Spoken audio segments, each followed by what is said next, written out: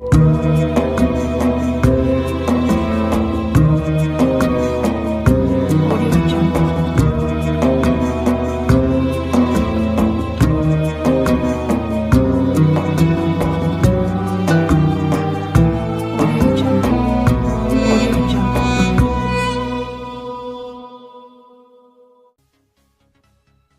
عليكم ورحمة الله. أهلا ومرحبا بكم في فيديو جديد. اليوم بإذن الله سأشرح لكم تطبيق رائع يضيف ميزة رائعة لتطبيق الواتساب. الطريقة سهلة جدا إخواني. قبل أن نبدأ في هذا الشرح ندعوكم للاشتراك في قناتنا لكي تتوصلوا بأي فيديو قمنا بنشره على القناة بالضغط على زر اشتراك أو صابوني أو سبسكرايب على حسب لغة جهازك.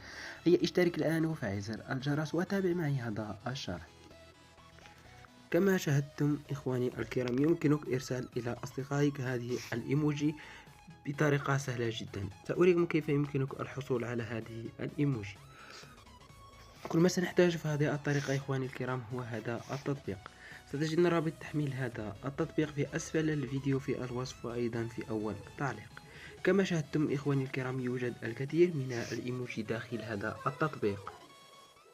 لا تنسوا إخواني دعمنا بالنقر على زر لايك واشتراك في القناة ومشاركة الفيديو إذا استطعت.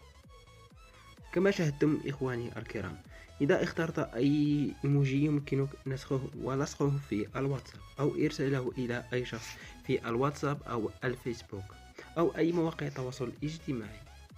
كما ستشاهدون إخواني الكرام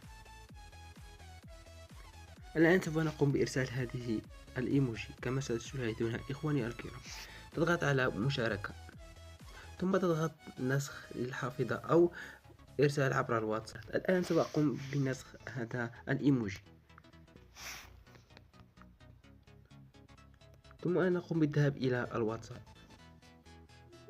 ثم تضغط على لصق. كما شاهدتم إخواني الكرام بهذه الطريقة إخواني الكرام ستدمج أصدقاء. يمكنك الحصول على المزيد من الإيموجي بالضغط على هذا الخيار الذي يظهر في الأعلى. يمكنك اختيار أي شيء من هذه القائمة. كما شاهدتم إخواني الكرام على سبيل المثال سأختار الخيار الأول.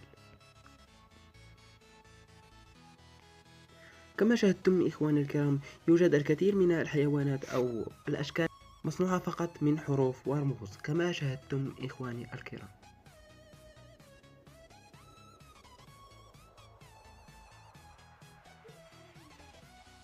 يمكنك مشاركة على الواتساب أو الفيسبوك أو أي شيء بالضغط على هذا الخيار ثم تقوم بمشاركتها من هنا كما ذكرنا في السابق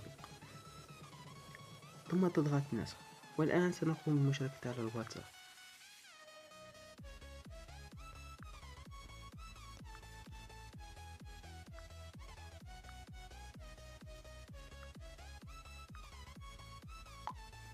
كما شاهدتم إخواني الكرام والآن سأريكم كيف يمكنك وضعها في حسابك على الفيسبوك. كما ستشاهدون إخواني الكرام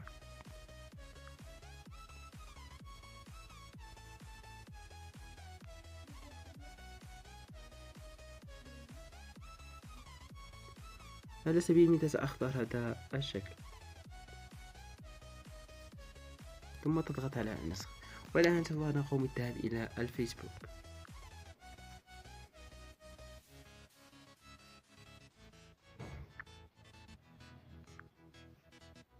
كما شاهدتم إخواني الكرام سبق لي ووضعته في هذا الخيار. كما شاهدتم إخواني الكرام تقوم بوضعه في السيرة الذاتية. كما شاهدتم إخواني الكرام فقط تقوم بالضغط على تعديل وتقوم بلصقه هنا. كما شاهدتم إخواني الكرام عندما تقوم بالدخول ستجده على هذا الشكل، لكن عندما تقوم بالضغط على حفظ سيتم إضافته بالشكل الذي رأيته في التطبيق. وبالمناسبة هذا حسابي الشخصي إذا احتجت أي شيء في مجال المعلومات. للتذكير إخواني الكرام ستجدون رابط تحميل هذا التطبيق في أسفل الفيديو في الوصف وأيضا في أول التعليق. وبهذا إخواني الكرام قد يكون انتهى شرحنا لهذا اليوم. لا تنسوا دعمنا بالنقر على زر لايك واشتراك في القناة. إذا أعجبك هذا الفيديو اضغط لايك، وإذا لم يعجبك الفيديو اضغط ديسلايك. إلى اللقاء في حلقة قادمة بإذن الله، والسلام عليكم ورحمة الله.